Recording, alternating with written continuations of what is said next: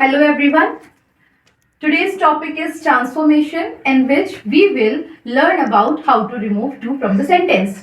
Sentence में to को remove करने के लिए ट्रांसफॉर्मेशन का पहला एक्सरसाइजेस आपका जो है वो टू रिमूवल के लिए आता है.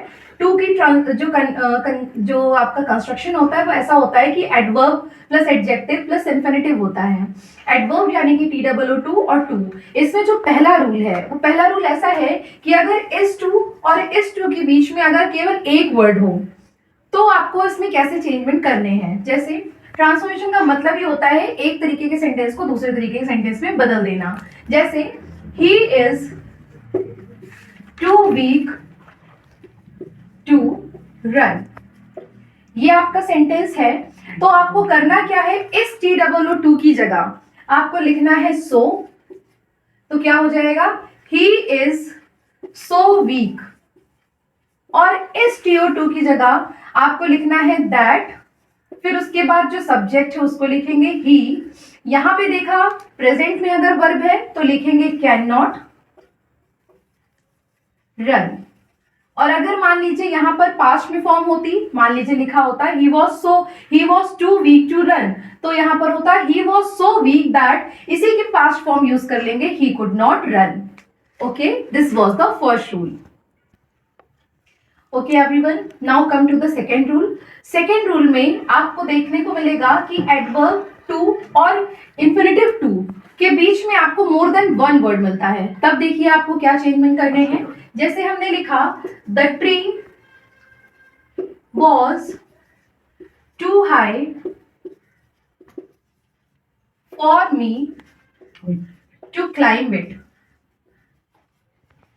ओके, ये देखिए एक TOO ये है और एक TO2 ये है. इसके बीच में वर्ड्स कितने हैं, 1 2 3 3 वर्ड्स है. तब हमें क्या करना है, इसमें चेंजमेंट कुछ वैसा नहीं करना है जो आप लोगों ने फर्स्ट रूल में देखा है, वही करना है. सो लिखना है तो हो जाएगा the tree was so high.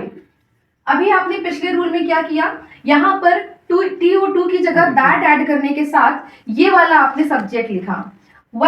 आपको इसमें क्या करना है कि जब हाई फॉर मी लिखा है तो हमने हाई लिख लिया और फॉर मी टू के प्लेस में आपको लिखना है दैट.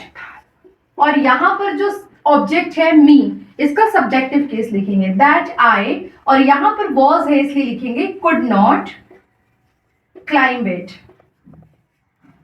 ओके, सो यहां पर आपने देखा कि आपके पास जब TOO और TO के बीच में मोर देन वन वर्ड है तो आपको यहां वाला दैट के बाद यहां पर जो ऑब्जेक्टिव केस है उसी का सब्जेक्ट लिखना है. जैसे high that I could not climb it. Okay, so this was the second rule.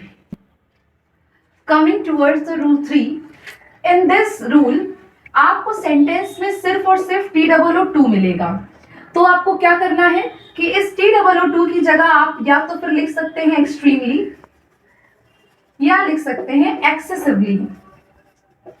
Spellings का ध्यान देंगे, जो आप स्पेलिंग लिख सके सिर्फ आपको वही स्पेलिंग यूज करनी है.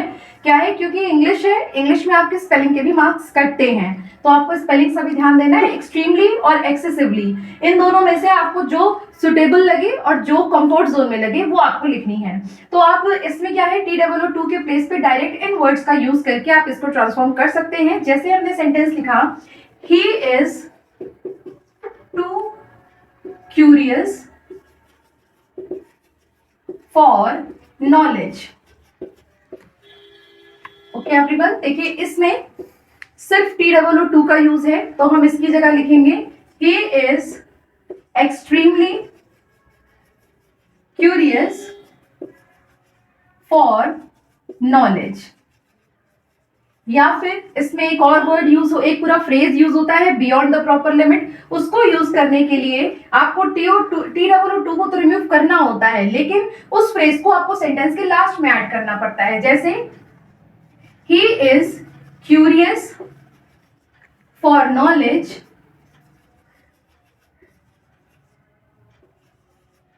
Beyond the proper limit.